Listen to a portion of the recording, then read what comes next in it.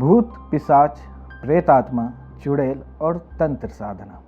इंसानी सोच से 2 कदम आगे चल रहे विज्ञान के युग में इस मुद्दे पर कई तरह की राय हो सकती है। किसी के लिए दिमागी फितूर, किसी के लिए मनगढ़ंत कहानियाँ, किसी के लिए रहस्य, रोमांच और सस्पेंस से भरी दुनिया, तो किसी के लिए इंसानों की धरती पर इंसानों के बीच विचरण करने वाली एक अलग अदृश्य शक्तियाँ, जिन्हें देखने, सुनने, जानने और पहचान लेने के लिए एक विशेष ज्ञान की दक्षता होती है, जिसकी शक्ति ब्रह्मांड की दिव्य शक्तियों से संपर्क स्थापित करने वाली और कभी कभी उसको भी चुनौती देने वाली असीमित शक्ति होती है।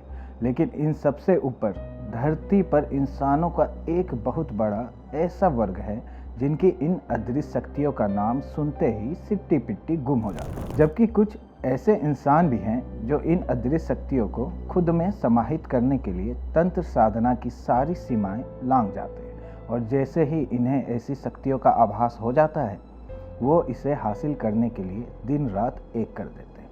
अब सवाल ये उठता है कि आखिर हम यहाँ ये उल-जुलूल बातें क्यों कर रहे हैं? तो वो इसलिए क्योंकि आज हमारे पास आपको बताने के लिए सच और अफसाने के बीच झूलती एक ऐसी कहानी है जो आपको रोमांचित जरूर करेगी, और वो कहानी है डेढ़ फुटिया की, जिसके साक्षात संपर्क में आ चुके शख्स की जुबानी सुनी कहानी को हम यहाँ अपने शब्दों में बयान करने की कोशिश कर रहे हैं। ये मर चुके जिंदा तिलिस्म की वो कहानियाँ हैं जिसके बारे में कहा जाता है कि इंसान या जानवर के शरीर से निकली अतृप्त आत्मा किसी दूसरे शरीर को धारण कर लेती है और प्रीडेटर यानी शिकारी बन जाती है, अपनी ख्वाहिशों, अपने अधूरे ख्वाब और अपने साथ हुए अत्याचार का हिसाब बराबर करने के लिए एक शरीर को त्याग कर प्रकृति को चुनौती देते हुए दूसरे शरीर में प्रवेश करने वाली ऐसी आत्मा को डेढ़ फुटिया कहा जाता है। ऐसे ही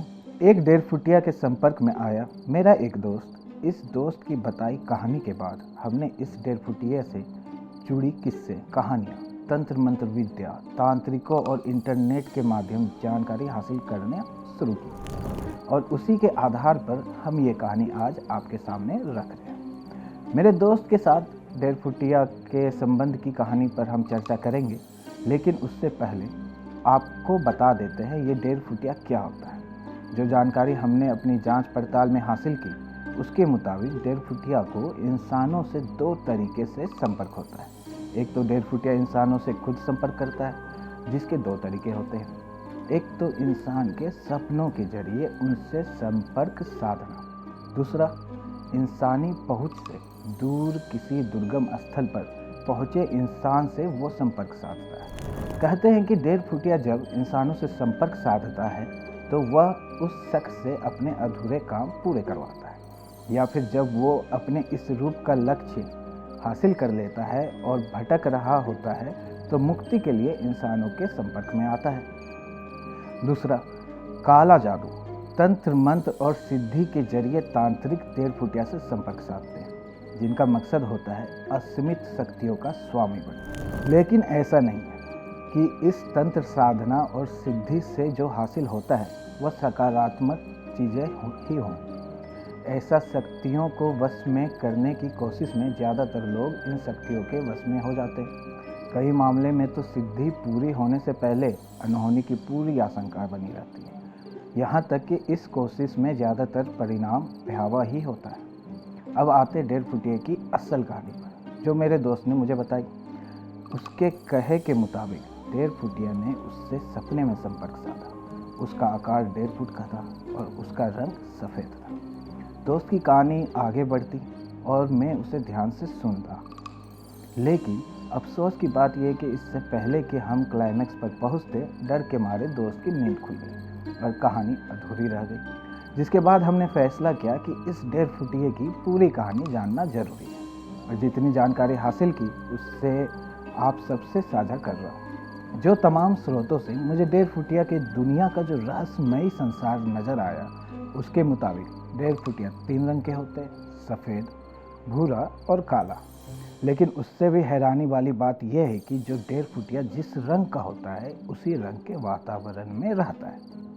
यानी सफ़ेद डेरफुटिया सफ़ेद वातावरण में रहता है, भूरा भूरे वातावरण में, और काला घटाटोप काली घनी रात में इंसानी पहुंच से दूर सुनसान जगहों पर रहता है। किस्सा गोई, कथा कहानियाँ, तंत्र मंत्र, प्रेत आत्माओं की कहानी सुनने, जानने या पढ़ने वाले इन लोगों को इसकी थोड़ी सी भी जानकारी होगी। वो डेरफुटिया का नाम सुनते ही कहानी का मजमून भाप चुके होंगे। डेरफुटिया के बारे में मैंने जितनी जानकारी इंटरनेट, किताबों और किस्सा गोई से हासिल की, वो मुझे अधूरी लग रही थी।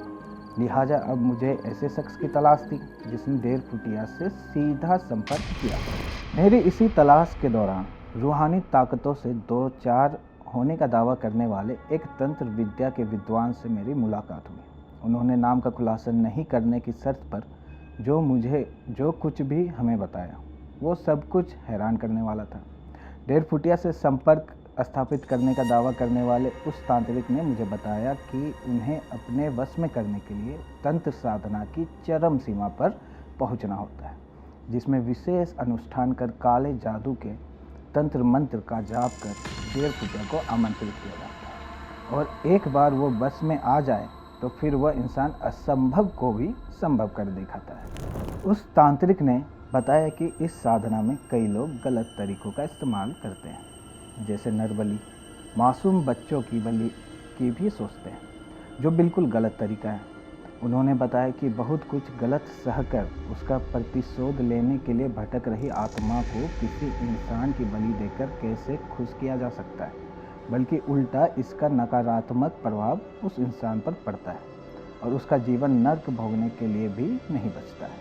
उस तांत्रिक ने बताया कि डेरफुटिया प्रेत आत्मा फलहारी, शाकाहारी या मांसाहारी होती है। ऐसी आत्माओं को अभिमंत्रित करने के लिए बस जरूरी है ऐसा सुनसान निर्जन स्थान जहां इंसानों का दूर दूर तक कोई बसेरा ना हो। वहाँ सिद्धि के लिए शुद्ध और बिल्कुल पवित्र वातावरण का होना बहुत जरूरी है। इसके लिए विशेष सावधानी बरतनी पड़ती है। जहाँ साधना शुरू करने से पहले जरूरी पूजा की सामग्री जुटानी होती है। फिर जिस तरह के डेरफुटिया को बुलाया जाता है उसकी पसंद के मुताबिक फल, शाकाहारी व्यंजन या जानवरों की बलि दी जाती है। उसके बाद विशेष मंत्रोच्चारण के साथ तंत्र साधना शुरू की जाती है। ये मंत्रोच्चारण लाखों बार दोहराने के बाद डेरफुटिया वहाँ उपस्थित होता है, या कई बार ऐसा भी होता है तमाम कोशिशों के बावजूद वो वहाँ नहीं पहुँचता है। लेकिन सबसे ज़्यादा खतरनाक जो बात है, तांत्रिक ने बताया कि डेरफुटिया को आमंत्रित करने का सबसे अहम और आखिरी पड़ाव होता है समर्पण। कहते बिना समर्पण के कोई साधना पूरी नहीं होती।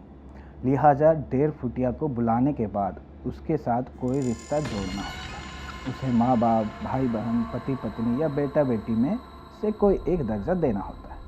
तांत्रिक के मुताबिक इस साधना के दौरान अनगिनत बार तेज और डरावनी आवाज़ें सुनाई देती हैं। ये आवाज़ें इतनी तेज होती है कि कान के पर्दे भी फटने की आशंका बनी रहती है। कई बार साधक को लगता है उसके चारों तरफ प्रेतों का मेला लगा है।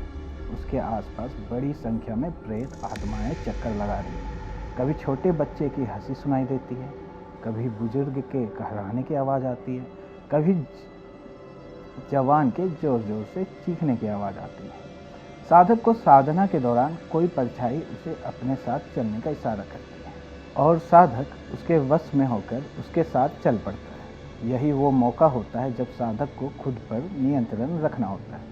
ऐसी तमाम जटिल प्रक्रियाओं से गुजरने के बाद डेरफुटिया उसके वश में होता है।